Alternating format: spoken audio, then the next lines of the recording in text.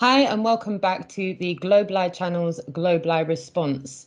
Today, it's myself, Roxanne, the Globalist Denier, Jason of the Disbury, Lifting the Lid, Sleeping Warrior, and Ranty Flat Earth, and we're all here to discuss the Globali and give it a good response. Jason, we're here today to discuss something slightly different. We're not going to be doing the usual format of showing you clips of everybody talking out on the streets and our responses. We're going to take it to a slightly different page today, and we're going to discuss something that's right in front of all of our faces all the time. Some people are up for discussing it and giving informed opinions on it, and some people are kind of turning a blind eye to it and bashing it at every given opportunity. So we're here to bring it to the table and have it out and get everyone's responses to this. We're not just giving our response, we want you in the chat room and on a playback. We genuinely implore you to put in the comments section your 2 cents worth. We do want to hear everyone's opinion on this. So Jason, what are we here to talk about today? For me, when I hear this out on the street, this subject, it becomes almost taboo. It does create quite a lot of opinions, strong opinions. So we're here to talk about money that possibly that we do need to go forward, I think. So I've prepared a few questions for everybody. Hopefully that we can go from there. But yeah, it's all about the money. Nice. And as I said before, for everybody in the chat room that's tuned in right now and on a playback, we do want as much input and feedback from yourselves as possible on this, because we do feel this needs to be discussed in order to move forward without the reprisal of stereotyped placements on people for doing this.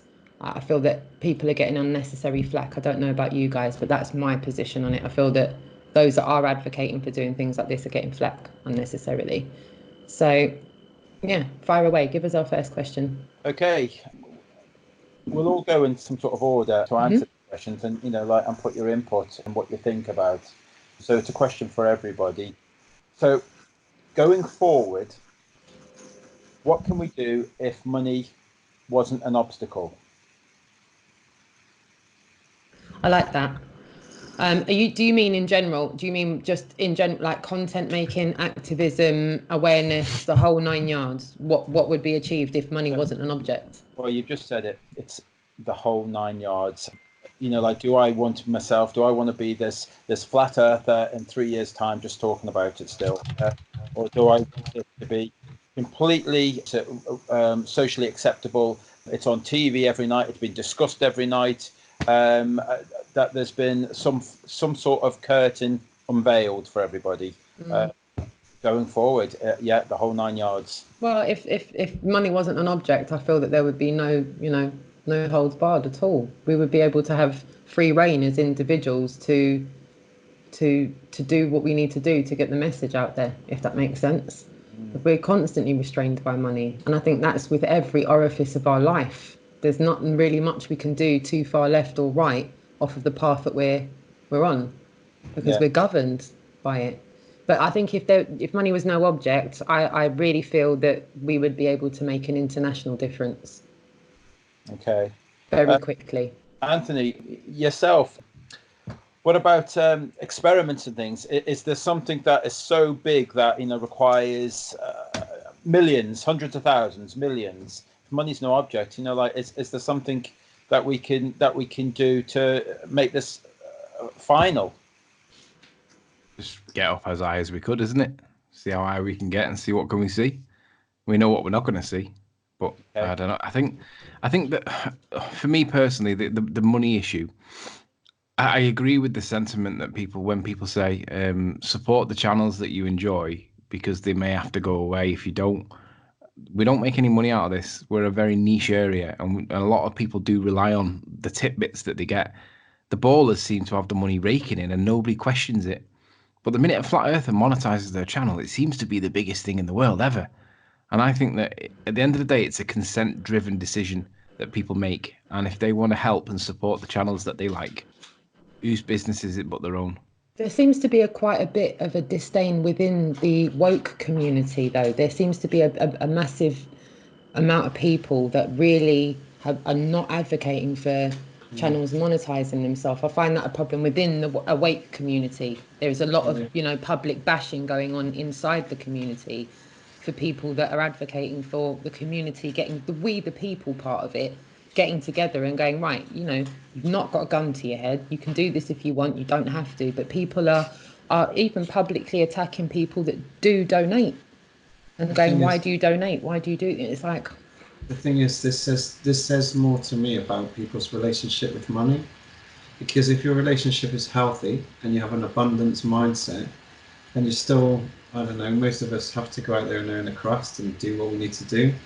You know, some of us have done okay, so why wouldn't we want to spend some surplus into something really meaningful and worthwhile? And you know, those that are running businesses, you know, they want to contribute. They've got a bit of extra they can give. But I don't know, I remember I've done a lot of psychology stuff with money, and if someone has a scarcity mindset, then there's much more of a feeling of lack and unworthiness, and it's not a just cause. And sometimes they attach this thing that says, you know, truth should be free. But that's fine. But if you want to canvas and you want to print banners up and do 14,000 miles and you want to do a big roadshow, that just doesn't happen for free. If you're going to take time off work, then this has now become quite a big undertaking. You're going to need some help. And what I love about the whole internet kickstarting community is, if you go online now and look at Indiegogo and crowdfunding, and in my world, in the property world, there's something like 15 fundraising platforms for people who want to invest in property, because they realise it's a crowd that creates a stir and gets something going. And if you go on Crowdcube and Indiegogo is another good one, they're business startup platforms where if you buy into an idea, you can raise the money quite quickly. Even if it's 100,000 quid, 200, 3, half a million, you can still raise it very quickly if your idea is good. So in my mind, what's the difference? Yeah. What's the difference? It's a good idea where you can harness the power of the crowd, and those that want to contribute can, and those that the way I look at it is things like in the tour that you want to do, Jason. For those that can't contribute financially, contribute with your moral support. You know, send them a food parcel, or you know, offer them your accommodation, your house overnight, or you know, offer just some support in the chat room. Whatever you can give, whether it's time, money, moral support, emotional whatever's support, right for the said individual, it's you know, all whatever's valuable. Yeah. So don't forget, there are those that are working really hard and don't have the time. And I remember we've got a subscriber in New York, 60 hours a week, and he listens to us in his car on the way home. So you know, he probably would be the sort of person to offer moral support and maybe a bit of financial support. Yeah. But it is voluntary. This is a voluntarist solution, you know. If you look up what voluntarism is, it's a self-organizing system. And our society can be organized that way, as can a group of people all planning for a single cause. We can organize ourselves that way, you know. Yeah. Jane, Ranty, Mr. Ranty.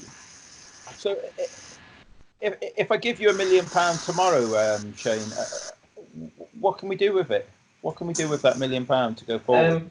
I would try and get an Antarctic trip underway. That's what I would like to do. You know, we don't know what's down there. We'd have to run the route, you know, go through all the rigmaroles of going through the law to actually get permission to do that. And obviously we'd be monitored, etc. But, you know, I think that would more than anything highlight our position that we can't explore Antarctica, you know. But if we could, yeah, ideally it would be to do that. So the two big ones are, as Anthony says, going up and going further out. Yeah, well, it's the only way, isn't it? It really is. You know, I mean, it's the only way to explore the place that we live. We've got to be allowed to explore the dimensions of this place properly. Unless, I don't know what we're doing, unless that's what we would be doing with unlimited funds, is exploring the, I can't think of the word. I don't want to say room because it sounds too primitive, but exploring the, can someone give me a better word than room? The possibilities. Huh? The pond. Pond. Okay, yeah. Pond. Can we explore it, please? Can we not go on predetermined Right. routes? As that Antarctic explorer Ben told me and John Smith Globally up at the hill, when we spoke to that Antarctic explorer, he fully acknowledged for the decades that he's been doing it, he's never been allowed off the predetermined route, ever. And there would be serious consequences if he did, massively. And he acknowledged that fully, openly. So I'm with you on that one, Ranty. I would be signing up for that. Well, one of the But I wouldn't if it became from a controlled. There's a lot of talk about production companies wanting to do that and this, that, and the other. And as soon as I hear that, I kind of go, well, I don't know if it's then going to be biased. One other thing I would do if it was unlimited money is I would have a TV channel, Flat Earth TV channel. You know, something that you can pick up on Sky or Netflix, something like that. Bigger awareness then. Yeah. I like that because just because we go up and we go further out, and that if we're not getting that message out, then what was the point of it all? You know, we've got to get that message out to everybody. Exactly. Well, YouTube as a platform, we know, is censoring all of our content. So it's unlikely, unless you actually search for it, you're going to actually find anything of any use.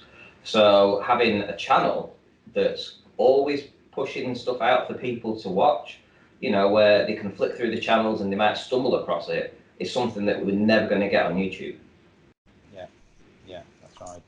Okay, I'm going to go forward on question 2. Is it right to be creating GoFundMe causes? Yes. Okay. Why? Well, I've had 2, and they've been both successful. So of course I'm going to be a little bit biased. Okay. One was for the P1000 and one for a drone. And of course, you know, I mean, these, in order to get them, you had to be showing that you could work for it. So I first bought a P900, went out for perhaps 8 or 9 months, or maybe 10 months, constantly every day, releasing videos, presenting it on Nathan Oakley's debates. People knew that I was doing the legwork, so they rewarded that effort with supplying me with a better camera to get better quality work, right? Which advanced the movement. Well, can I ask you a personal question on that then? Okay. Yes. Could you afford it by yourself, or was it essential that other people pay for this? Personally, no. Last year I lost in lost revenue how much it cost me to actually do this work. I earned £13,000 last year than I had done the year before. So not only was it financially costing me doing all this research, going down to the beach, taking time off work to go and do that, and then appearing on Nathan Oakley's debates in the afternoon. Not only was it costing me that, but to actually put my hand in my pocket and find another £1,000 to buy a camera, I could not have afforded that at all. So it was a financial loss to me personally. And you know, if it was asked to me, could I afford a P1000 back then? Absolutely not. You know, I'd crippled myself doing this line of work, like really crippled myself.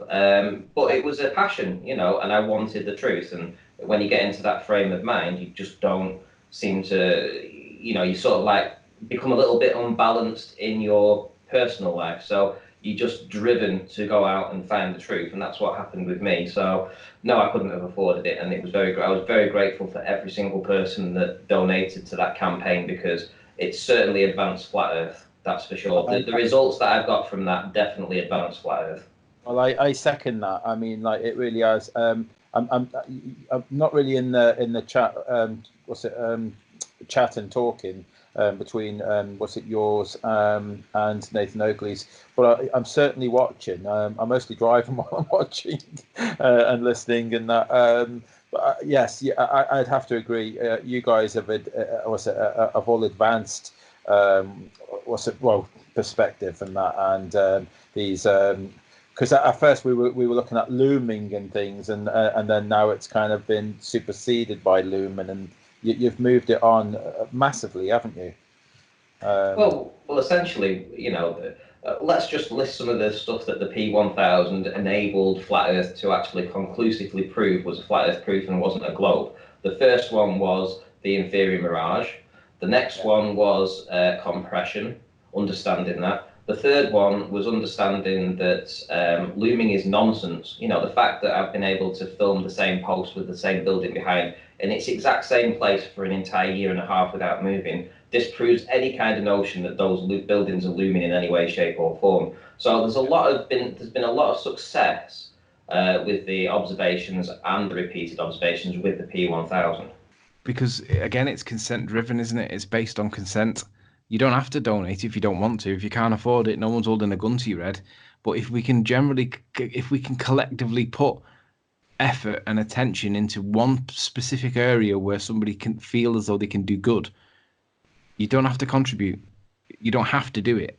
But if we can get something good out of it, then that's good. So, yeah, we should be doing GoFundMes. We should support the channels that we trust, that we like, that we enjoy the content of. And if there's a GoFundMe there and someone wants to stick $5 or £5 into it, whose business is it? And it's nobody else's business if they do or they don't. So you don't have to do it. Yeah.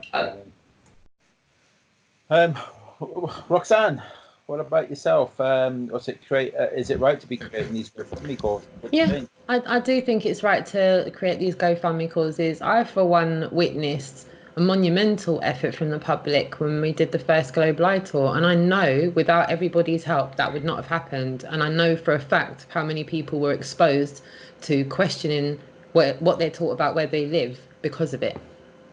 Yeah. So for me, it's a no-brainer. I'm like, we the people, we have the power to unify and make things happen without waiting for the infrastructure to stop us.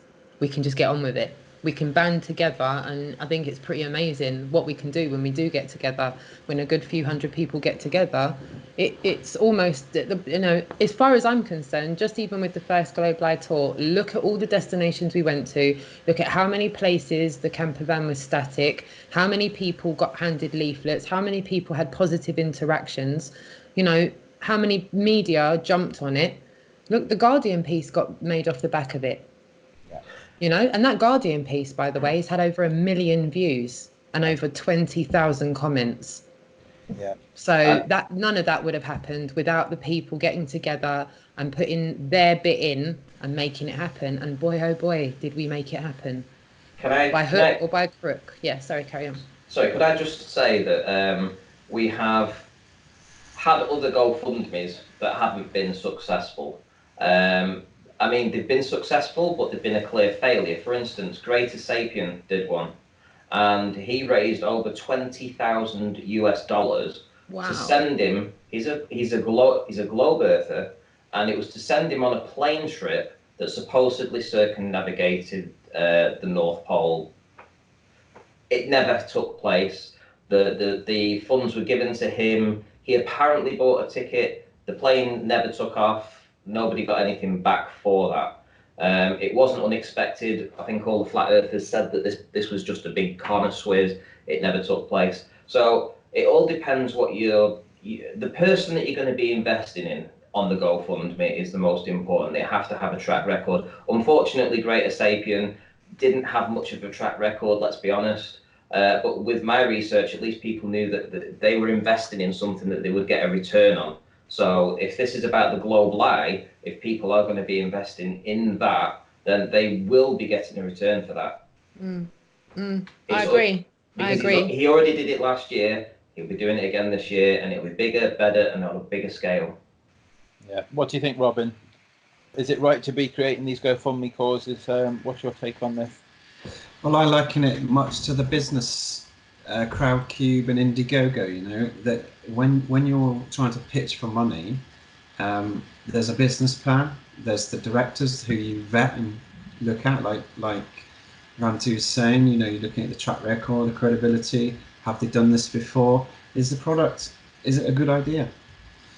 So with all those things, I think if you have a tick in all those boxes, then the platforms are there for you now, like with PayPal, sorry, with GoFundMe and so on, to raise money and harness the power of the crowd. I don't see any problem with it, because if there is a big community following and you can all afford £5, it doesn't take long to raise 5,000 quid. It takes 1,000 contributions. Yeah. And some people have got easily that. I mean, just think about Owen Benjamin or someone like that. If he pulled together a GoFundMe or SGT report or someone like that, if they pulled together one, they could raise quite serious sums quite quickly. So yeah, don't see a problem with it at all. Okay. So moving on to my third question. You can stay with us, Robin. We'll go to you first. Since you're here, is it okay for content makers to set up Patreon and PayPal and have their channels be monetized? Is it okay? Yes, it is, and it's not. Some people choose not to. Some people want to.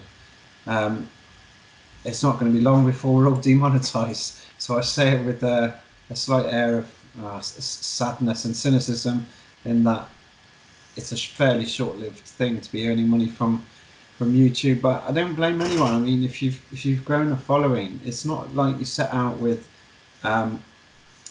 makeup tips or business guru tips is going to get shared every left, right, and centre. This is a recipe for attack, ridicule. I can't see anyone setting out going, I know, I'm going to monetize my channel because I know I'm onto a good thing here. Yeah, you got a bright idea there. Yeah. I'm onto a good thing here. My public profile's going to go. It's going to do. It's going to go sky high. You're going to go through the roof as soon as you come out and denounce the globe. So think about it. Really, come on. Let's be real. If you're monetizing your channel, you're doing it as initially it's just pocket money.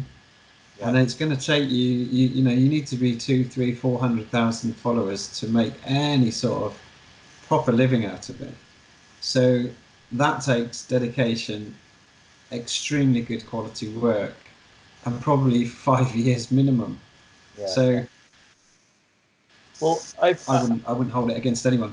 I have personal experience myself of using Patreon. Before I heard of Flat Earth, I was following a channel called SV Delis, and this is a sailing channel of some sailors that they bought a yacht, and there was a couple of brothers and that, and I think there was a couple of girlfriends that came eventually, and they've been sailing around around the circumference in the continents. Got to be careful what I say. And so they've been doing that for over 10 years, and the content that they produce was it the photography, the filmmaking, and that it was stunning. It was, and I got such a kick out of watching. And I used to I used to donate. Was it £5 per video? I used to donate, and I was just so happy. And I think they used to do oh god, I think it was one a week or so.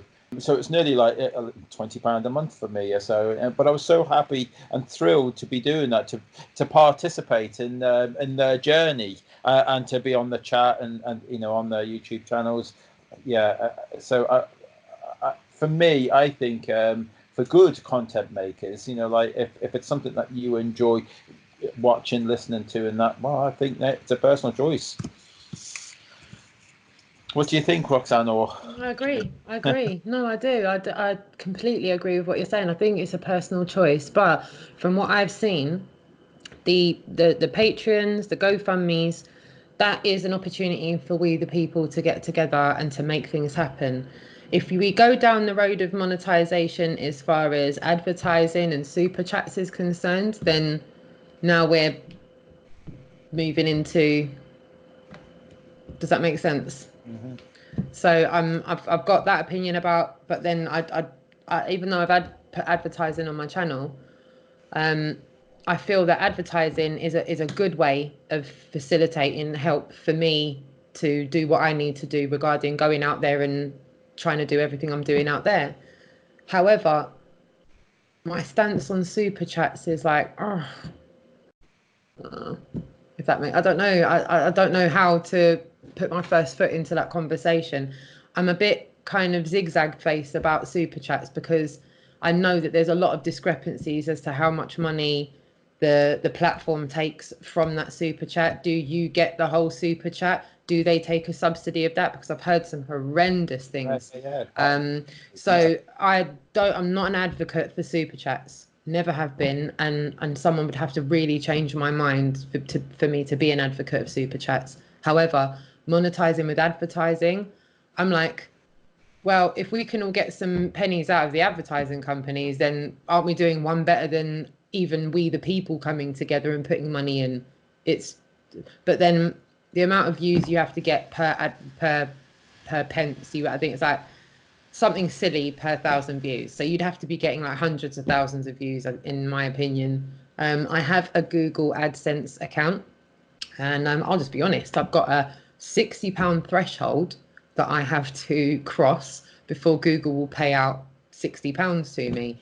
I've been at £9.80 for like the longest. When I could share the screen now, maybe we'll do that on another piece of content. Everyone can get their Google AdSense accounts out. But for mine, it just like the lines never really moved. And it does this whole page revenue, like per view revenue. It's just, it always shows like minus. I love maths. They always leave me with -2 pence or -3, and I'm like, how does that even? I don't have any money with it. This is like, I don't know what money it is they're talking. It doesn't feel real. It just feels like it's all digital. And apparently there's £9.80 sitting in my wallet, and when I get over 60 quid, I'll get the 60 quid. And then I'll go back to the bottom again, and then I've got to get over the pay threshold before I get paid. But like I said, £9.80, I've been monetized since September last year, guys. Right. September last year, and we're at June now, and I've got a whole £9.80.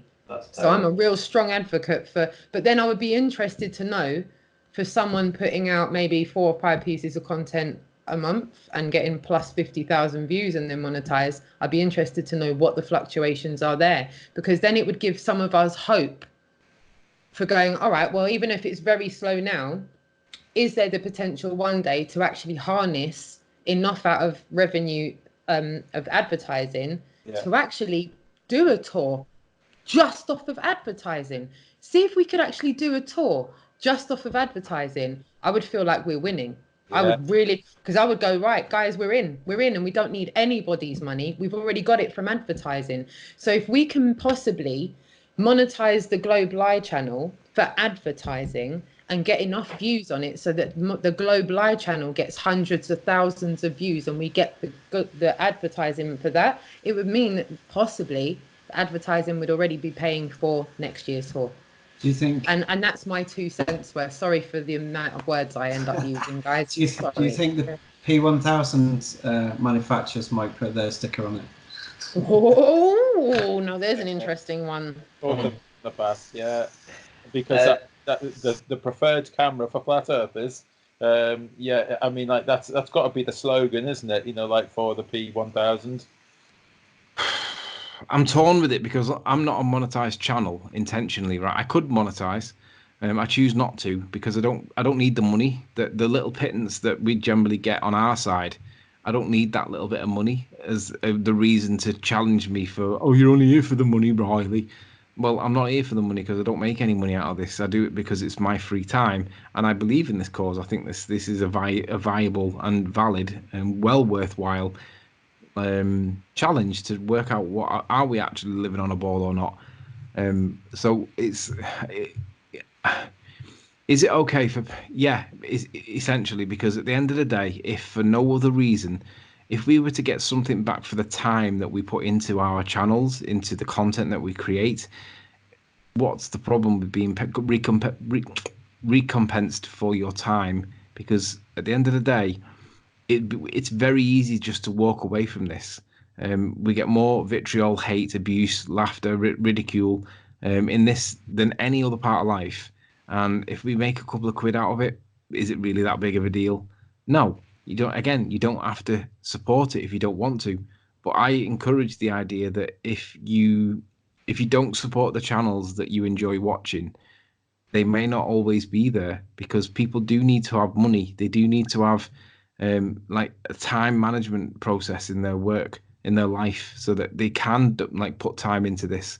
because people get it wrong. People spend too much time on it, or people spend too much money on it, and it jeopardizes the relationships or whatever. But at the end of the day, the bottom line is that, is it okay to do Patreons and all that? Yeah, it's consent driven. You don't have to. But if you do support the channels that are creating content, then that's going to put longevity in for the chat. Look at Jaren. He admits that he needs the input from his Patreons to be able to do the work he does. Well, if I was a full-time YouTuber or a full-time flat earther, I would need it too. But yeah, there's nothing wrong with Patreons. If anything, I would encourage it, generally speaking, because we do need it. Ball earthers don't need it. The majority rule is with them. They don't need to pay, but they're all monetized. They've all got Patreon accounts, and they all slap it everywhere, running across the bottom of the screen saying, "Shout out to my Patreons, Joe Blogs," and along the bottom and it's totally acceptable if they do it. And I think that it's not even an issue, if I'm honest. For me personally, I mean, we're talking about Patreon here, aren't we? So, because are you monetizing your YouTube channel at the moment? Yeah, I mean, my channel's about 3 years old, but I only started putting content on it about 2 years ago. So, in that time, I've been monetized now for about 8 months. So, for around about 14 months, 16 months or so, I didn't have any advertising, it wasn't monetized at all. And that was because they wouldn't monetize me, even though I'd met the criteria, they refused to do it. I think it was the content that I was putting out, so it was really difficult. Anyway, so last year cost me in lost revenue 13,000, and financially, to actually go to these places and do observations and put petrol in the car, cost me around about £2,500 throughout the year. So technically, if you want to get down to the nitty gritty, it cost almost £15,000 last year for me to do these observations, right? So when I decided to put a Patreon up, I think I did that in around about September time of last year. So right now, currently, I get $41 every month. Right? that's how much Patreon and patronage my subscribers give to me. It's a lot. However, if you look at somebody called Simon Dan, who is a globe earth believer, came on the scene relatively late, doesn't do anything other than sit in his chair, he gets $2,106 every month. If you look at Fight the Flat Earth, another relatively new anti-globe earther, anti-flat earther, he gets $759 every month from Patreon. So these guys are exponentially getting so much more money than I am, but I'm physically having to put my hand in my pocket to actually go out and do these observations for them to critique and mock. So these guys are the ones making the money. That's right. And they use content. So, in regards to super chats, I've been quite lucky. I've done a few live streams over the past few months, and I have had my super chats open. So they've been, the people that watch my channel have been pretty generous, I have to say. I think the last 2 months I've had a payout of about £100 each month, and it looks like this next month I'm on for another £100. So from super chats alone, and I do appreciate that probably £50 of that, well, an extra £50 has been raised, but Google have taken that. So they've taken that as their little reward. YouTube have taken that as their reward. And so people have given me 150, but I've come out with 100. So, it does help. I mean, that sort of support is good because it does allow me to put petrol in the car to go and do these observations. Doesn't give me an income in any way, not at all. But when you compare it to the anti-flat earthers, these guys are the ones making the money. Right. Certainly flat earthers aren't. That's a simple fact. Super chat for me is about tipping that person there and then because they've just done something that's of value. So if there's something that's just new research, I remember Martin Leaker comes up with some amazing maps and new juice, as he calls it. And at those moments, there's a flood of super chats coming in, which for me is just brilliant. You're tipping a content creator for the value he's bringing or she's bringing to the table. So yeah, I look at it a bit like there's a busker at Covent Garden, he's or she is entertaining, and in the same way a content creator is doing that, they're providing entertainment or information or knowledge, and if you're feeling that that deserves a tip, that's for me how it feels when someone does that. I have a feeling in this community that people want to kind of make you. Have you ever heard of self-flagellation? Where the person whips themselves. So imagine back in the day, when you wanted to prove yourself to God, you had to basically, harm yourself. And it feels like flat earthers want you to physically have to go through a trial and tribulation. You're not supposed to make any money out of this. You have to go and find this knowledge, and you need to find it. You need to find it without any financial support. So it's going to cost you self-flagellation. It's going to cost you. You need to go out and you need to suffer to find the truth, and then present it to us when we don't have to suffer. So it feels like it's a bit of a double-edged sword. They want the information from you, but they don't want to support you financially to go and find that information. So that they would like to see you suffer financial hardship to go and get this information, and then critique it afterwards and not really bother. But the minute you monetize, they want to come down on you, and it's as much on the flat earth side as the globe earth side. I do like what you've just said, Robin, about the tipping, because there's been a few moments when I was emerging to become a flat earther, and on them few moments, like where the, the aha moment where I've been thrilled. It could be seeing extra land or something like Jay Tolan's work or something, and when I get that aha moment, that makes utter sense to me. I should have tipped him there and then, and and say, well, look, it's £10. Thanks for making that effort. Because them aha moments have been they're inspiring for you to carry on, to move forward, and to know that I'm not crazy. Them moments. I think we should all tip. Agreed. And can I just say, Roxanne, I know you had a belief about the super chat, and I'm not going to try and change your mind. Well, I am maybe, but but you go out and you actually get your feet on the ground. You take a big banner down there. You live stream it, and it has to cost money to do the live stream because we all know that data isn't free. You get a limit, and it runs. My only gripe, honestly, my only gripe, Ranty, is that edge that I feel like, crikey, someone's been good enough to donate. Let's say someone's been good enough to donate £10. I feel it's an absolute cheek for then Google to take money from said donator who wants that entire amount to go to you. They can only afford to give you £10, and that whole £10 doesn't reach you because Google have interfered with it. But Google get enough money from revenue and advertising. They don't need to take money from people that want that money.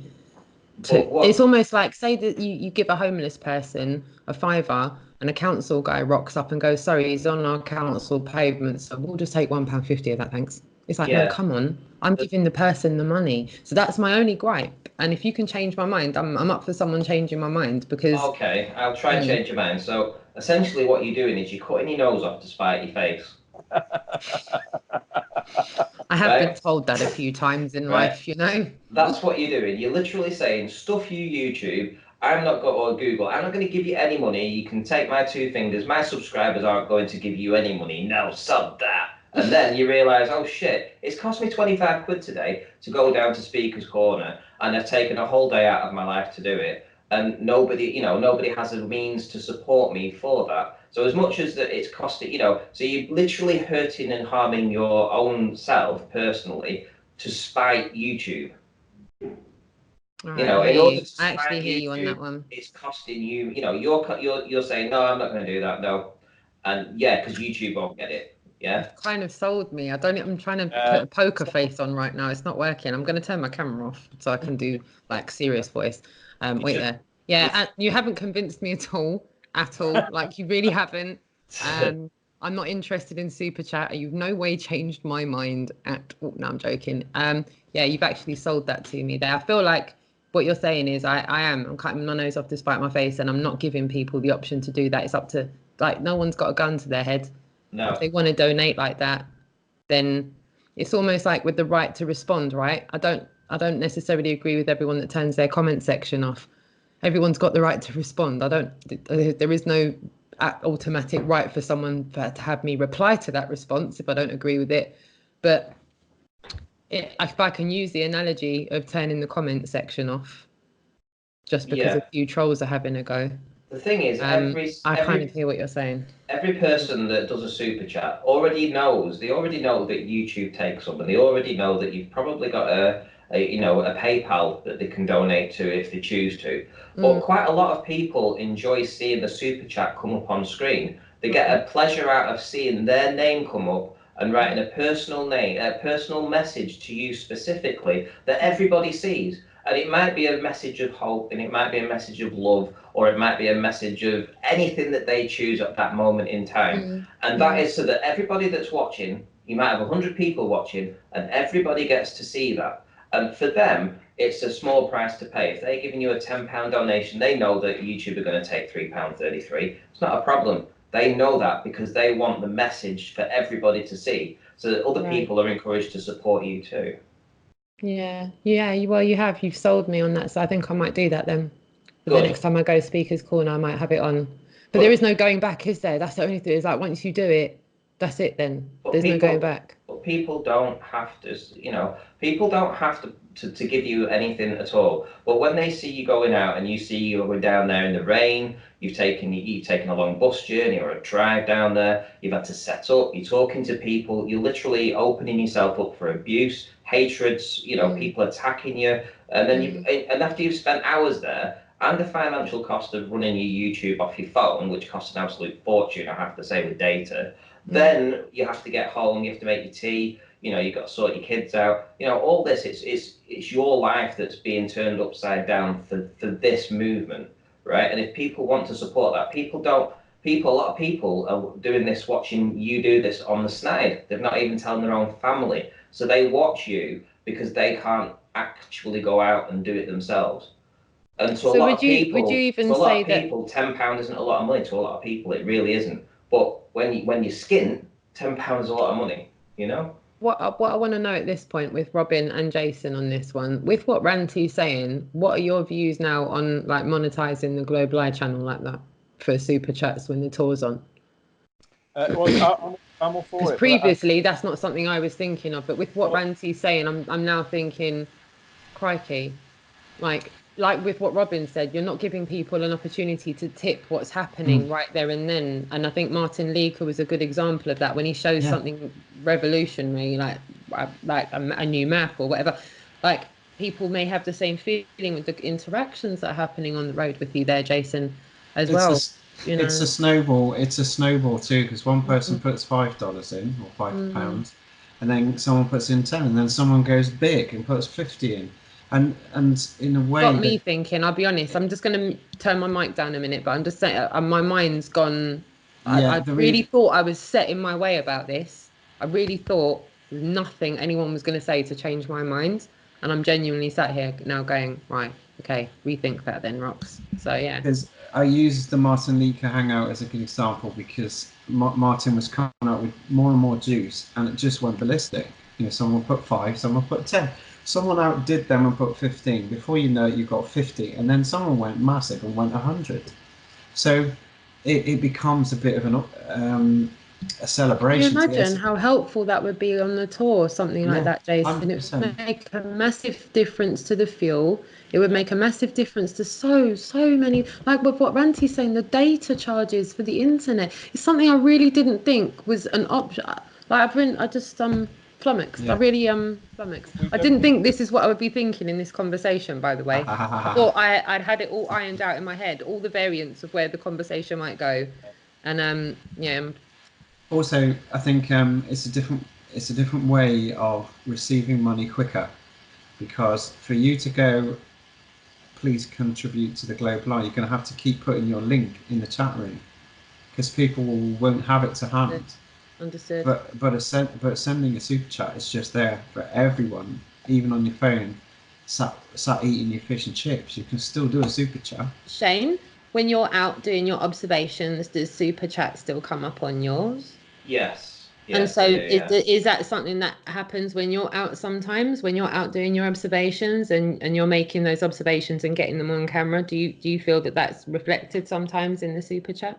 I've only ever done around about 6 live streams off my phone, well, with the P900 or the P1000, and I've definitely had super chats go in. But I'll give you an example today. Today I did a live stream, and I'll give you an idea of some of the super chats and what the people actually said. From James Mays was appreciate your work, exclamation mark, exclamation mark. Another one, mind warped, bit of support, brother. FlatEarthChannel.com was just Flat Earth, and Del West Watson put great show, he deserved that. So that's the comments that people get to put with their super chats, and the super chat total $50, $20, $50, $2, $2.79 and £10. So making a total of about $65 or around about 55 quid. And that was from just a live stream that I did today on my show. Wow. Now that would, to me personally, I might not do a live stream now for another week or 2 weeks or something like that, because it's not about the money. But when that money comes through, that'll allow me to go and do 10 observations. You know, I'll be able to put 50 quid in my car and go and do 10 observations. Then I'll come home and I'll spend probably over all those observations, maybe 10 hours doing all the editing and the work and getting things sorted out. So it'll be a responsibility for me to go out and produce work. Then it's more time to do the content. But financially, it's not cost me because these guys have supported me. Yeah. It makes perfect sense. Okay, going on to question 4. People capitalizing on Flat Earth, making T-shirts, mugs, even apps. But I'm sure David Weiss is probably going to lose money on that. But yeah, people making money on T-shirts and mugs and etc. I think there's a difference between capitalizing and merchandising and generally at the end of it, again, it's a consent driven thing. Nobody has to, there's no gun to anybody's head. Capitalizing, if you're trying to build a brand for yourself, I don't really see the problem. I don't see why anybody would find that there's a problem there. I don't see any problem with it. I don't do it myself for my own reasons, but I encourage the channels that do because they might not be there tomorrow. I would rather be criticized for monetizing my channel than shut my channel down because I couldn't afford to spend any more time or effort or money in the community. Because at the end of the day, it is a community. There's a lot of people in this that are good. Not a lot of people that are not good, but the people that are in it that are good are little gems. We're all little gems, and we all have our little corners and little areas that of friends and circles of friends that we confide with and stuff. And to be honest with you, I've got some of the friends that I've got in this discussion are closer than my real world friends, and I think that's got value to it. But again, it's consent driven. You don't have to donate. You don't have to support. You don't have to buy mugs. You don't have to. You're free to do it. It's free will, isn't it? Support the channel you enjoy the content of because they might not always be there. Have you bought anything? Have you got T-shirts, mugs, or anything? Yeah, I have bought stuff. I've bought stuff in the past, and you know, I've donated to good causes. I've donated a lot of money to good causes, and it's caused arguments because that money could be spent elsewhere. And I agree, that money could be spent elsewhere, and you get caught up in it in the moment, and you have to be careful. You have to realise where to draw the line: time, money, effort. You've got to get the balance right. But yeah, I have bought and contributed to GoFundMe accounts, and I encourage people in the community to do this because I think that there's a good fight here, a good discussion, a good thing that we're trying to work on. And if we make our mistakes along the way, so be it. At least we're trying to work out the truth and we're trying to get to what is the earth that we live on. I don't really see a problem with it, if I'm honest. Right. Yeah. Again, I'm sorry, I didn't know my mic was turned down there. Again, I don't have a problem with that. I really don't. I think, again, you know, I want to just say something here. You know, if we No, go on. I'll pass. I don't know. I Okay, don't know how okay. to word it. I don't have a It's problem. different. I don't have a problem with that. Someone kind of like selling T-shirts to buy flyers and banners, but some people might be selling T-shirts and they want to go out to have a nice meal or something. But let's just say I don't ethically agree with how some of these big companies work. But like, let's just say, for instance, let's hypothetically say H&M decided to do a NASA Lies T-shirt.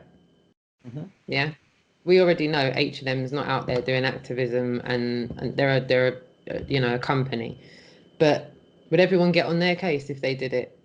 It is what it is. It's consumerism, and I'm with David Weiss on this. I'd rather do business with somebody that knows they're not living on what we were taught than do business with someone that does think we're living on a spinning ball. So if I don't have any grass in my garden, but if I needed to hire a gardener and the advert said, "You're not on a spinning ball, I'm a gardener," and I'll go with that garden no matter what the price was, just because they were outlandish enough to put their head above the parapet and say they weren't subscribing to what they were taught. So in my mind, I'm complete advocate for 100,000 people waking up tomorrow and going, I know, I'm just going to start a product line of woke stuff.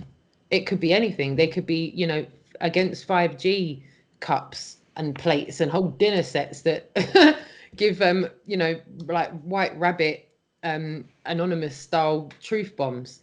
You know how people have those drinking games that have the silly questions on them? People could come out with plateware with stuff like that on it, How about that for your Sunday turkey dish for Christmas, Well, I have something to say about that, and that would be, if you go into your high street, I guarantee that within an hour you will find a T-shirt somewhere or a hat that has NASA or a NASA logo on it, right? And that's without even trying. So, if they can do it, if these guys can promote their belief of how the world is and what the shape of the Earth is, right, and self-promote themselves, then why isn't it fair for the real people who know the shape of the Earth to actually go and do the same and do this kind of promotion? Plus, it's supporting your cause, isn't it? It's supporting your cause. So if like the T-shirt Roxanne's wearing would support D-Marble, Richard Lopez, anyone who's supporting the FE offensive brand in the US, why would you have a problem with that? Because you make a statement yourself in wearing it. At the same time, you contribute. I wear this top. I wear it with pride. I really do. Like, I genuinely do. And any other activism wear that I've got, I feel like I'm dropping red pills in conversations just by giving someone something to look at. So I'm a strong advocate for any products that want to. If you're going to put something on a product, make it meaningful. Yeah, it's a way of supporting people as well. If you think of it this way, imagine Christmas time's coming up and you can buy NASA Lies wrapping paper. Oh, yes, NASA Lies wrapping paper. Excellent, perfect. Boom. Brilliant. Or, as well as 20 NASA Lies mugs, to give to your friends and family. How about Merry Christmas, Space is a Lie, Christmas cards? Like dark humour. There you go. See, you're already getting into this idea that, people that watch this stuff and are interested in it and that maybe want to kind of try and feel out how their family feel about the flat Earth could, in theory, give them like you said, a mug or some wrapping paper or a card that has flat Earth on, and see what the response is. See what their response is. To all of those globe denier musicians out there, if you're listening to us right now, I really want you to do a Christmas CD so I can buy it for all the members of my family and wrap it up in some NASA Lies wrapping paper and give them our Christmas CD. Like how Tom Jones and everyone does their whole, like, can you imagine? NASA Lies, NASA's all the time. Come on. Like all the Christmas songs, but like alternative. Yeah. And then put that in an album, and I'll buy that for 15 quid just to annoy my family members with it and have it on. I think you're getting a brand going here, a Christmas brand, a line ready to go. Well, whatever's going on in society, we can take that and flip it on its head and use it to our advantage to get the message out. The other way, I think whatever way everyone wants to wrap it up, you know. The way I'm looking at it is that flat Earth in a lot of places is a very dirty combination of words to put one after the other. So, you know, unless you know the person you're speaking to, you know, it's likely that they're going to get really offended if you say that you're a flat earther. So the way of testing the boundaries on that, and I'm going to say it again, give them a Christmas card that says flat earth on it. Or a Christmas card that says Armstrong didn't land on the moon. Yeah. And then see what their response is when you next see them. You know, they'll either go, you are joking, Merry Christmas.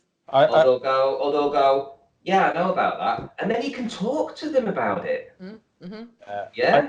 I can't wait for the invitations now. I'll have to say, I hope people are listening to this. That there's a few of you out there, because I'm up for buying CDs and mugs off people and wrapping paper. I want wrapping paper, not just Christmas wrapping paper. I want birthday wrapping paper as well. Cards. Yeah. How about christening wrapping paper and stuff like that? Come on. Okay, let me move forward on question 5. Yeah. Okay. This is aimed at a particular person. Oh, crikey. People stepping forward to put on these conferences, conventions, they must be rolling in it. I'm not pointing any elbows, Mr. Brian Cox, Bentley Fund wannabe over there. So they're rolling in it. Tons of money. He is. He's got his Bentley on the driveway. Clearly, you've just been hiding it from us, haven't you? You've been driving the little hatchback doing my other car's a Bentley. He's got a Ferrari. How very dare you? Yeah. Oh, now you've got a Ferrari, yeah? Nice. How very dare you? How very dare you? Liberty. I tell you what. If I'm driving a Bentley, you want to come and have a look at my clapped out old Golf out the front? I've been in it. It is clapped out. You might be changing your mind.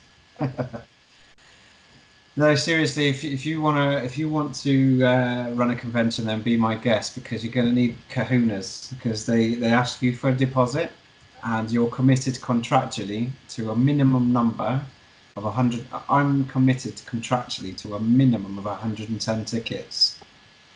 Yeah. So you want to pay 22 grand if it all goes a bit wrong? Be my guest. Be my guest. So yeah. So I know I've gone all serious now, but yeah, honestly, if you want to take on a convention, you want to book a venue, then they make you sign a contract, and that contract requires you to come up with a deposit, a retaining deposit of 10%. So £2,200 went down to retain that venue, and that had to be done just to retain it. So before Christmas, I paid that money without selling a single ticket, and then obviously we get past that milestone and I get my money back. That's fine, but I'm contractually bound to pay for 110 tickets, and I'll have to commit to that contractually a couple of weeks before the actual event. If I haven't sold 110, then guess who's on the hook for 22,000 or whatever it is? I forget the exact amount. So yeah, it's not for the faint-hearted, and you know, I did this because I want to build community, and I want to do something. I want to contribute something as big as I possibly can. And yeah, it was a bit scary when I first took it on, but then I brought it down to, well, this is no different to organising a wedding or running a big family event. And to be fair, I've done a few of those. So with regards to marketing and promotion, yeah, I've done that before as well. So when I boiled it down to what is required to put on something like this, yeah, I've cooked for 300, I've served 1,000 people in a restaurant, I've worked at really busy bars, and I've been an event coordinator for public speaking events. I've spoken at lots of public speaking events as well. So, you know, it doesn't actually scare me to do something like this, which is why I took it on. I did it quite quickly because I thought, I can't see this event dying away. When Gary said I can't do it this year, I just thought, no, I'm not going to let that fall away. It's too important to bring people together once a year for a bit of a jamboree, a bit of a celebration, a bit of a party. And, you know, the speakers, they're all they are obviously the draw for the tickets. When people buy their tickets, they're probably thinking, I'd really like to see that speaker. But what they'll be saying afterwards is less about the speakers, more about the community and what it meant to them as a feeling. You know, if people want to go to my channel and play Cami Nodell's testimonial of what she gets out of going to conventions, that's why I'm doing it, for that. So yeah, so you know, be my guest. If you think I'm in it to make money, then that's also a big mistake. You know, I don't need money. I'm okay for money. And the reality is, if I don't make a certain number of ticket sales, then I am in the red. So I'm actually putting myself at risk doing this. I'm fairly confident we'll hit a break even and then possibly some profits. But I want to put all those profits into the tour. I don't intend to bag any of them. Why Can I ask a question? Can I ask a question? So you said that you started planning for this before Christmas, and the convention's obviously in September. So we're looking there at a period of about 9 months. So that's 9 months of planning.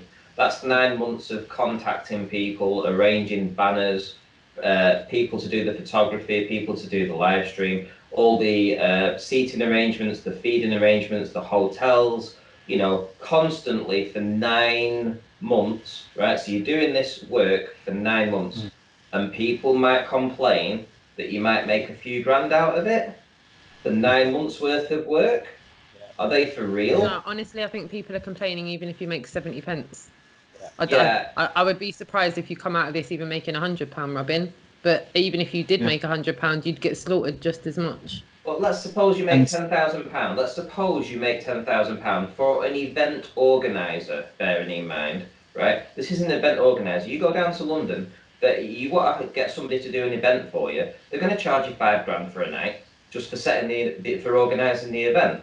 You've spent 9 months doing this, right? You're bringing a whole community together, and let's just go wild and say you make £10,000. Do you think that £10,000 would cover the 9 months worth of work? And if you was to actually nail it down to an hourly rate, I don't think it even would. So people need to really readjust the thinking and think that the effort that you've put into this, even if you just break even, should be commended. Even if you make £10,000, should be commended, because you're certainly not doing it for the financial money. You're doing it for the community, and people need to get behind you for that. 100%. Yeah, no, similar to you, Ranty. You know, you take time off to go visit the venue, make calls. You're in and out of meetings with people. You're doing Skypes, you're preparing documents, you're setting up ticketing, you're doing branding, then you're sorting out vegan menus and all this stuff, and all the admin and all the inquiries, and lots of little calls with Charlotte, who's handling all the ticketing, setting up cloud platforms for, you know, recording people's dietary requirements and room accommodation requirements. Before you know it, you have poured in a lot of time. So yeah, I'm not looking to make money. If there is a few extra pounds, we'll put that in the pot for the tour. Listen, I congratulate you. It's a massive undertaking. I don't begrudge you making any money for doing 9 months solid work like this. Thank you. I don't at all. Thanks, mate. If you're going to take on the risk of losses financially for putting on a convention, it's only fair, right, and just that if there is money left over at the end of it, you pocket it, because there is an economic risk of doing it. I think everybody knows that the Birmingham convention lost. I don't know the exact figure, but it wasn't a few hundred quid. It was more like a few grand, as far as I'm aware. But at the end of the day, if someone's going to take the economic commercial risk of losing financially, what's the problem? Yeah. I agree. I fully agree. Okay, so question 6 to Roxanne or Shane. How much? I think we've already had Shane's answer actually, but he can reiterate on it. How much have you roughly? And we only need a ballpark figure. We don't need. I don't need to see your bank account. How much roughly have you spent on Flat Earth with your equipment and flyers and banners and travel and accommodation and conventions and so forth? Okay, well, last year, from lack of revenue, so basically skiving from my job, you know, I'm a self-employed painter and decorator, so I was able to manage my own business when I wanted. So I got involved in this research. It took over my life, and essentially over the entire year, it cost me lost revenue about £13,000.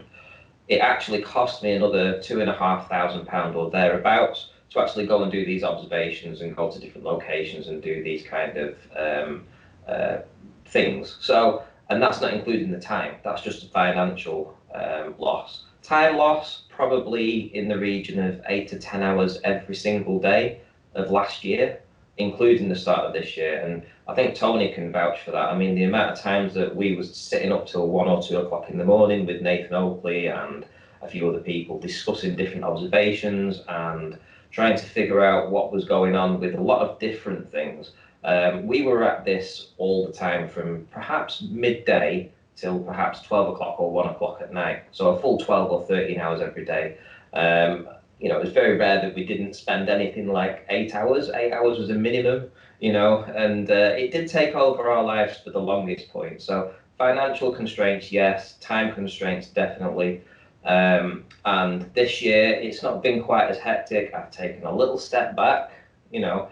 I've still put in an awful lot of work in, but certainly not as much as last year. But I still expect this year to be a financial loss, you know, again.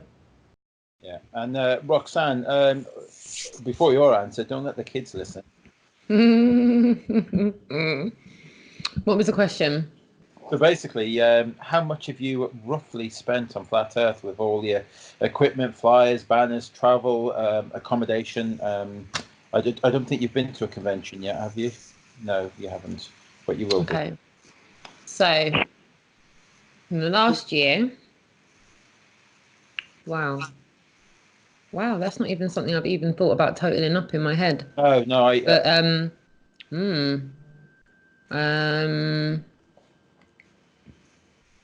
it's definitely in the hundreds. Okay. It's possibly over £1,000. An educated guess, I would probably say about £1,400 in the last year, easily. That's actually modest. That's probably quite modest, if I'm being honest. It just, you do things without realizing what you're doing. You're just doing what you're doing. Yeah. I know that sounds so stupid to say it like that, but it's like,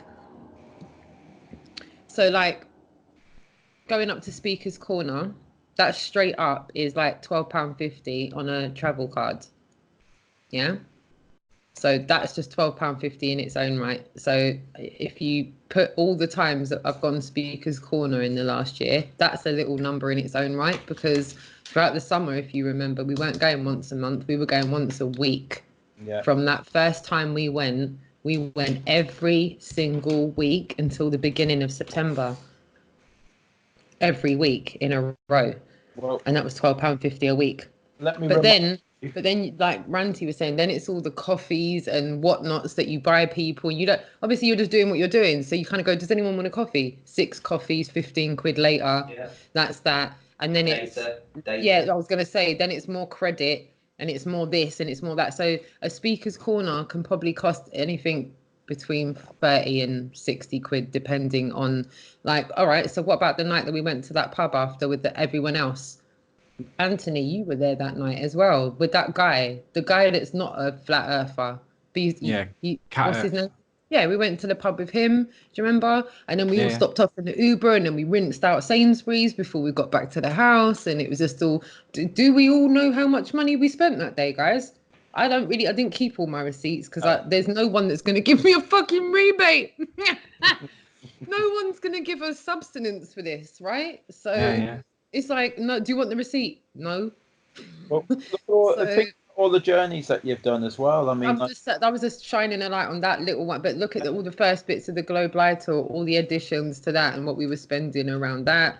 The leaflets, the banner, product, like I bought products, I bought t-shirts, I bought bits and pieces. Train tickets to go down to Brighton. That was, the first time I went down to Brighton was when I went down with Victoria. Well, I wasn't with Victoria. I went and met Victoria and Dave and everyone. That was a return ticket to Brighton and everything that went with it. And then all the times I've gone down to Brighton to link Dr. John, And then when we went Bedford level as well. And there's a lot. And I'm just thinking of a few things. So it's just a lot. It's a lot, but I don't look at it like that. It's just what I'm doing. Okay. Does that make sense? What about your financial? Sorry, what about your time that you've invested in this? Well, I'm so glad you said your that, because free that's time. to me, I've put more of that in my mind. If I was to monetize my time in my mind, it's worth way more than that. But I'll say this, and maybe people might get offended at this, but I'm sorry for all the people that have golf memberships out there, but I'm no different to yourselves that have high ranking golf memberships. If you're out there and you've got a big boy golf membership for a big boy golf club, and you've got some big boy golf clubs, and you've got the whole outfit, and you've got the whole 9 yards, and you go there maybe 2-3 times a week, and you take part in tournaments and all the activities that your golf club puts on, because you're into that kind of thing, then I'm no different than you. I just invest a lot of time in something I'm really interested in. And when I get results, I get a lot of enjoyment. So when they get one in the hole, I get the same enjoyment when I get an observation observed, or I'm involved in something that's pushing the truth forward. I get the same feeling that they do, and I want to do it more. But, let's not, I don't want to get into the ins and outs about it, but if someone that wants to buy golf clubs at £3,500 because they want to show off to everyone at the weekend, that's no different. And I don't mean showing off. I mean the monetary aspect, and because it takes a long time to do 18 holes. You can't just go around a golf course in 5 minutes flat. It takes a while. So not only are you spending money to use that golf club, you're spending your time doing that. But that's socially accepted. That no one goes, oh, stop playing golf all the well, no, then maybe a lot of wives do actually. That's a really bad example. Maybe edit this out or not, depending on what the case is. But do you get what I'm saying? It's like, I don't feel that I'm any different from someone that's got a real interest in doing something, and they've got a vested interest in that, in the sense where they spend money on it. Yeah. No? Yeah. Anthony, yourself, have you spent a few bob, Anthony? Yeah, I've spent more money than what I should have done in Flat Earth. It caused problems. I've got the wounds to show it. It became a bit of an infatuation at one point, because I was like, well, I'm supporting the channels that I agree with. And the missus was saying, what the hell are you doing? And I'm like, right. So it's drawing the line between what you're doing and what you want to be doing. And you've got to get that balance right. And it's very easy to fall foul of it. So yeah, I have, and I've had the battles to make me realise, the issue. So we just got to be careful, haven't we? Yeah, yeah. Okay. The Euro Globalised Tour requires an awful amount of money, £16,000 to complete it. Is that too much? Is the payoff worth it? Should flat earthers, globe deniers, share the burden? Can I respond by saying something that I repeated earlier on, that Greater Sapien, who did a GoFundMe to hop on a plane to try and prove that they could circumnavigate the Earth, that never actually came to fruition. People paid more money towards that campaign than what you're asking for the campaign to do a 3-month tour or thereabouts, 2-month tour around Europe, So you're giving up a good portion of your life to go and do this, and it's going to cost a lot of money to travel that kind of distance. The car won't move on its own, the van won't go on its own, and yeah, if that's the cost of it, I would hope people will get behind it. I mean, I'll certainly donate. Me too. I agree with you, Ranty. I really do. I feel, that's a lot of money. Yeah, it's almost 15,000 miles. It's 30 odd countries, 64 destinations. It's nearly 15,000 miles. And it's something that is going to happen. It's not some long-winded pipe dream. And the awareness and activism will be done. And so I feel like it is a good use of time and money. But what about the payoff, though? I mean, like £16,000. What do we get out of that? I mean, could we do something better with it? Maybe we could just buy some flyers and hand them out. No, I think I think what this tour is going to do is it's going to show people that there is some social acceptance with this subject. The subject doesn't need to carry on being stereotyped and ridiculed. And I think if we're going to allow the mainstream media and the censorship that's going on YouTube, we're going to completely rely on the internet in this day and age that we're in right now to spread this message. Flogging a dead horse. I truly feel we're flogging a dead horse. I think the thing that we're experiencing is a lot of people that listen to our content are English speaking, and what you're talking about is going into the European countries that don't have English as a first language, and basically you'll be testing out their responses. Do they know the shape of the earth? Have they been indoctrinated with NASA bullshit? Do they know that the earth is flat? Well, you're never going to understand this unless you're actually there and you're actually asking them face to face and recording it. And this is a brilliant opportunity to get a demographic of Europe. Go around, find out what people's beliefs are, because we are told that we are a very small minority. Let's see if that's the case. Does that hold up to scrutiny? Do you turn up in do you turn up in Finland, let's say, and all the Finnish people say, hey, yeah, we believe it's a flat earth? And then like you said, once you go on the ground and actually see what's really going on, then you got first-hand information of what the people think. And also you've got the newspaper coverage, the television coverage that will be following this. It will be a massive spectacle. Well, Moldova, that guy, what's his name? Yeah, Mikhail. Malenko.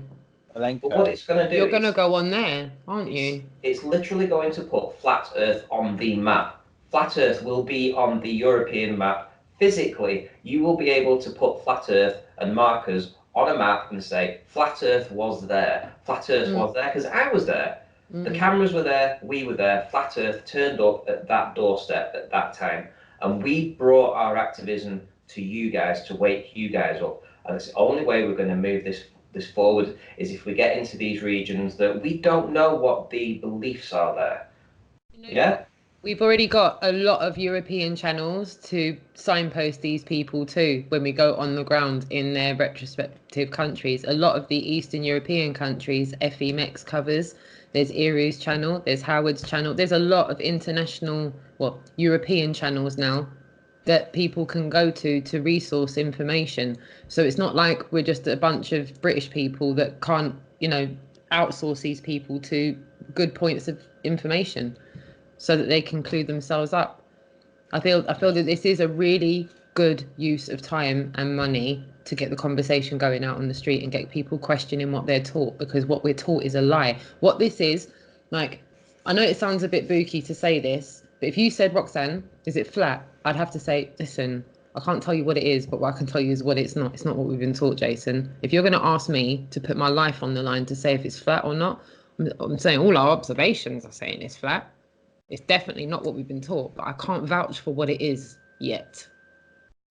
Does that make sense? Yeah. So I can't be bothered having these pedantic arguments about the possibilities of what it is when I'm too busy trying to tell everyone out here what it isn't.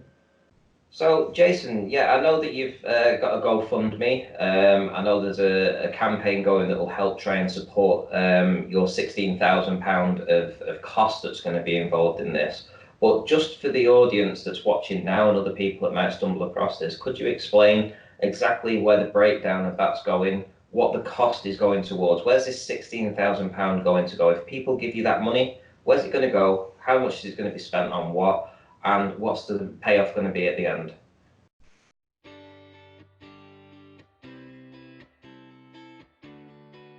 GlobalEye Eurotour 2019. It's happening. So what is it?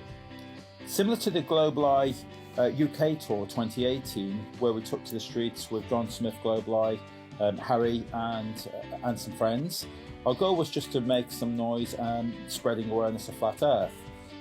This year, we will be taken to the streets of 39 countries, 64 destinations, which is over 14,000 miles.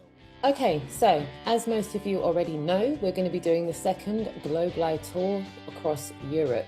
And we need a camper van that is reliable. Unlike last time where we thought we would save some money by hiring a cheap camper van, it cost us dearly in time and money as it broke down and, as you all know, left Harry stranded in Cornwall for about a week. He had to hire cars. It was all a hot mess, and it ended up that we were behind schedule, missed dates, locations, and as you all know, there were a bunch of flat earthers, globe deniers that were going to meet us at those locations. So we definitely don't want a repeat of that situation. With that being said, we've decided to get a more reliable camper van, slightly newer one, which means it's going to cost a little more, admittedly so, but it's going to be covering a huge distance. That distance being over 14,000 miles, which works out at about 23,000 kilometers or something like that. It's a lot of miles. That's a lot of fuel. There are a lot of ferries needed, campsites, parking fees, tolls, insurance, mobile communications. We've decided that with all these guests, we're going to, share that workload of the journey. We've asked that, many of them if they can pay and make their own travel arrangements of getting on the tour bus. In return, food and drink will be provided. We only think that's right and the proper thing to do. Again, we're going to be transparent with all and any unforeseen costs. There will be a GoFundMe and a PayPal to make your donations. It's your way of getting involved and in supporting the tour. This isn't just for me and the people that are involved on the tour. This is for everybody. Everybody should be questioning what they're taught. Everybody should not be taking everything that's taught to them through the curriculum as a given. I'm sure all who will join the tour will roll up their sleeves and get involved and make everybody proud. So watch this space. This is where I was split right at the very start. I think that there's a lot of risk in the sense that you only need a flat tire and things start going wrong. If you snap a cam belt, things are going to start going wrong easily. There's a lot of risk involved in this, in the sense of it may not actually complete. 16 grand is a lot of money, and is the trade-off worth it? I honestly don't know. The only way to do it is to try it once and see what happens. Well, make your decision with hindsight. Can I just throw one little bit in there? For the UK tour, we did try it once, and we did break. What was it? An axle? Was it a front rod or something? Mm-hmm, mm-hmm. So we did have a disaster. Exactly what you said there. Exactly what you just said. It all went fucking. Sorry, my language. Exactly what you said there. Everything that you said, and then some happened, and we spent a week in a garage. That's it, and we overcome it. We moved on. We overcome it. We lost a few days. We lost a few locations, but we moved on. I 100% agree with you. If shit's going to happen, it's going to happen. Yeah. Stuff on the camper overall, van even broke, if you get the absolute perfect run, pear-shaped at certain points, weather-wise as well. Weather put us back. Weather stopped us going out onto the streets sometimes because it was absolutely torrential rain. So we lost days in particular cities. And we just carried on rearranging as we went and alerting people as we went on those changes and schedule changes. What we messed up on first time round, we've kind of identified that, if that makes sense.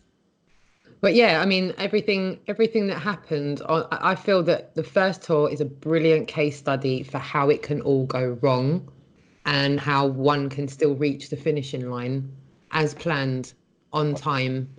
Yeah, and how we responded to rectifying everything and moving forward. At the end of the day, nothing got in our way. We overcome it. Yeah. Everything that we were up against, we managed to get through. And that was right down to even financial difficulties. At one point, the tour wasn't bringing in enough for us to keep it all going. And believe you me, everyone was putting personal money in behind the scenes to keep it going on days where we just didn't get the donations. And it really was down to the wire at one point. And it took a lot of people that wanted to stay anonymous. They didn't want to be on camera advocating in public that they were donating, but they did. And the tour kept on going. And all we learned in that sense was that we weren't shouting loud enough because even the likes of you guys didn't know what we were doing. Yeah. Okay. And I think this is the most best example to bring up because I know you guys are telling the truth when you're like, didn't even know who you were, mate. Yeah. So true. I can't believe that. And you guys Ranty came to knew- the end of tour event as a result of that. Yeah.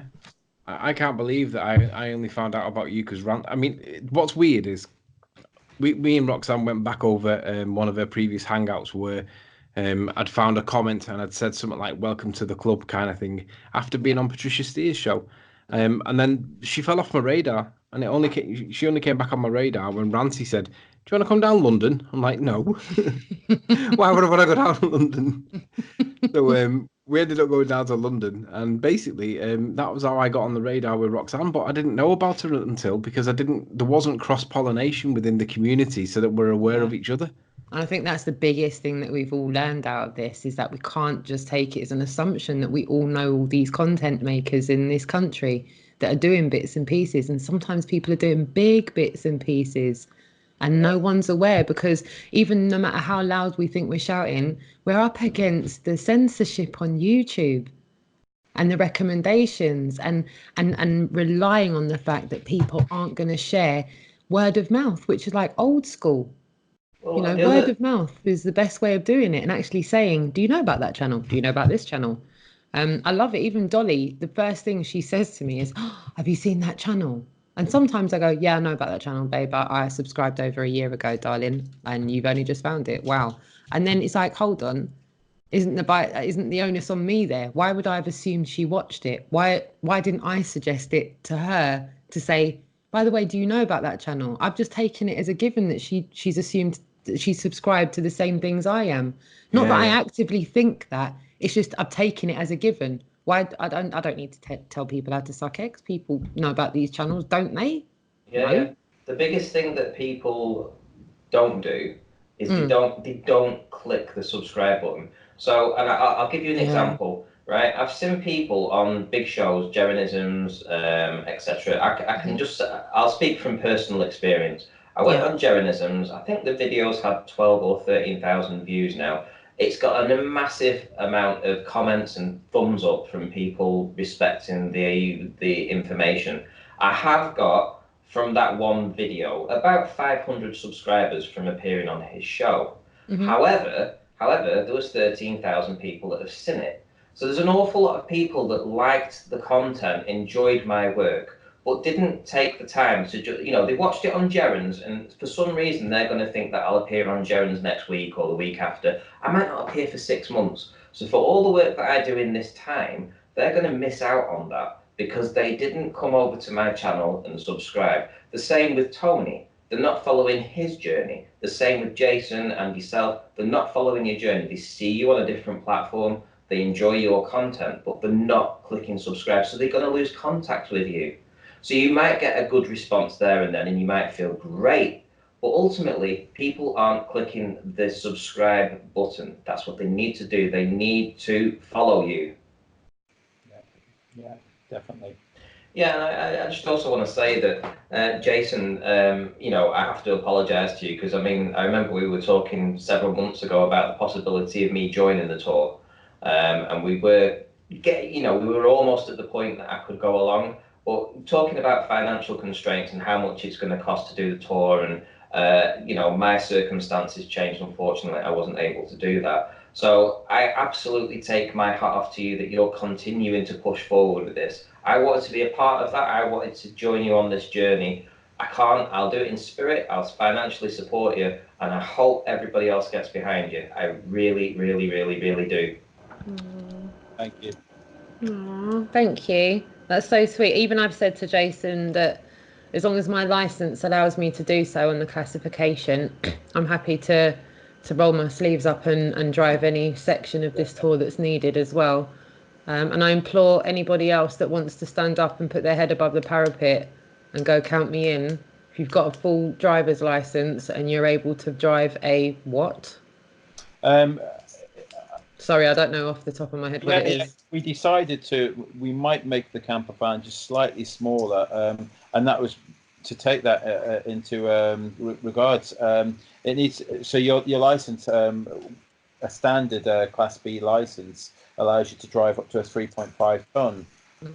So as long as you've got a standard car license, that's what we're going to go for on the camper van. We're going to make sure it's just a slightly bit smaller so that it's less restrictive on who can drive it then. Yeah. I can drive any size camper van myself, but that doesn't help anybody else if I need a break. Well, let's not just forget here, right, Jason? You are literally taking 3 months out of your life for no financial gain. It's all going to be completely a 15-hour day, every single day, driving, activism, sleep, driving, activism, sleep. For 3 In months. essence, that's what the tour is. For 3 months, relentless. For no fact, you're not advancing your own person. Anyone who saw the first tour will see that it's relentless. It is drive, activism, if you can eat, edit, sleep, drive, activism, if you can eat. At some point in that mix, you've got to wash and do those things as well, which sometimes is done in the most Jason, help me out here. Like sometimes a Morrison bathroom. Sometimes a Morrison's bathroom. I'm not telling anyone any of my washing. Just as well, I'm not precious because. But can I just say? How about dealing with the camper van that didn't have a working toilet and shower on it? Okay, and there was a girl like me on the tour for a few days. Good fun. Can I just say though that Jason, whereas you're sacrificing all your financial interests, so job, house, everything. There's nothing coming in. You're not making a single penny out of this. You're literally doing this for basically for food, right? To go and do this and go around and actually show people the flat Earth, right? Whereas other people that will be watching the content, and I'm telling this to everybody that's listening in the chat right now, you guys will be getting up in the morning, Monday to Friday, going to work, 8 till or 5 or 9 till 5. You'll be making some money. You'll be going out for a few beers of the evening, chilling out with the wife, chilling out with the missus, chilling out with the boyfriend, girlfriend, whichever. And you'll be having a life, you'll be having an existence, and you'll be financially making yourself better off. You'll be paying your mortgage, you'll be getting money in your bank, you'll have that extra little bit of money just to the one side. Think of the person that you might want to support with that. Jason here, who's going to be giving up 3 months of his life, working 15 hours a day on behalf of Flat Earth. If you've got a spare £1, £2, £5, £10, I am sure that this guy would appreciate it, and I'm sure the tour would appreciate it, Flat Earth would appreciate it, your children will appreciate it. Yeah, thanks, yeah. Well said. Okay, so what we'll do then is we'll wrap it up. I feel like we've gone through quite a few things this evening and got bits and pieces of this out on the table regarding monetizing, advertising, donations, GoFundMe, Patreons. I'm hoping some of this info we've talked about this evening has been helpful for everyone in the chat room, everyone on playback. I want to thank every one of you for being with us, and you guys here with me, Jason of the Disbury, Ranty Flat Earth, Sleeping Warrior and Lifting of the Lid, and myself, Roxanne the Globalist Denier. We wanted to shine a light on some of these issues because up until this point, there's been a lot of controversy, a lot of stereotyping, and a lot of negativity towards the subjects that we've spoken about this evening. I, for one, feel better for having spoken about these things. I think a lot of good ideas have come out of some of the conversations we've had today as well. So thank you, everybody, for that. And thank you, everybody in the chat room, for putting your 2 cents worth in as well. Your feedback is immensely helpful. And to anyone on a playback, thank you so much for watching. And please do put your 2 cents worth in the comment section. We definitely want to hear your point of view as well. Guys, do you have anything to add before we close it down? Yeah, sorry, can I just, I just beat you to it, but I would really, really, really, really hope that everybody gets behind this campaign to support Jason. He has a GoFundMe, I'm sure. Do you have a Patreon? No, Please say you have a Patreon. When we decided not to, we had so many problems with Patreon because it takes quite a long time to get the money out of it. Okay. Well, okay, so he has a GoFundMe, he has PayPal, and I'm sure that if he monetizes his channel and does these live streams, you guys will be able to send him a super chat. Come on, guys, let's get behind this. This is where it's going to go. We need this. Thank you. We do need it. We need you, Jason. We need you to go out there and sacrifice your 3 months of your life to go and do this. We need you to do that. You're the man for the job, and I know you're going to do it. Yeah, so to reiterate that, yeah, we've got the GoFundMe. So links are there. We've got the we've also got the PayPal me. The links are there. And yeah, so I'm sure we will monetize the channel. It's we need some subscribers. We need lots of subscribers. So please share this video. The reason we need the subscribers is because we don't meet the criteria yet for monetizing and for the live streams. You know, like, so we need subscribers. Please subscribe. Hit that subscribe button. So just make sure to all of the moderators in the chat room, if you haven't done so already, can you please spam the chat room with the channel link for Globe Live so that we can signpost everyone over there as well. Thank you very much.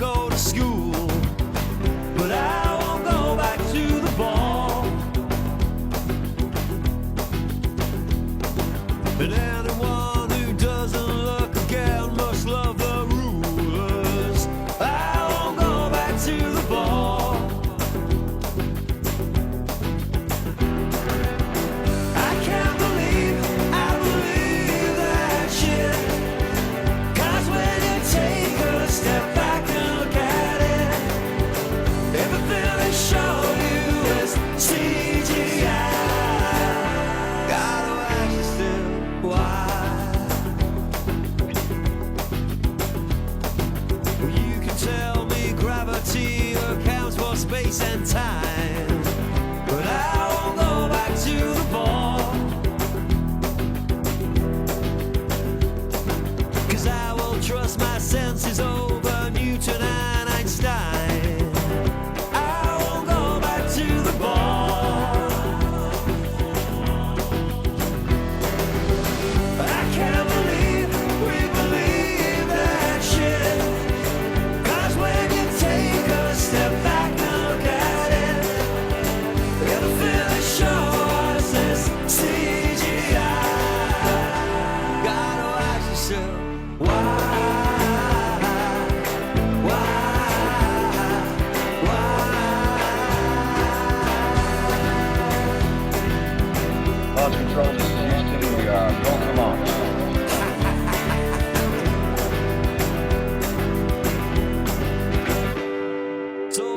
exactly do you think all those theories prove?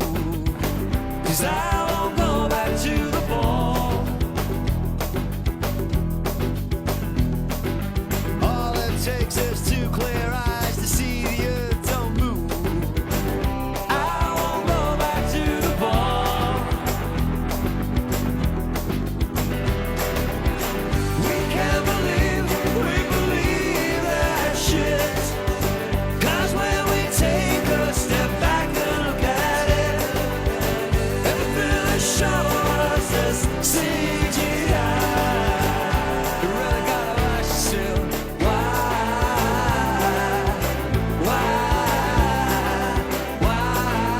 don't they just take a photograph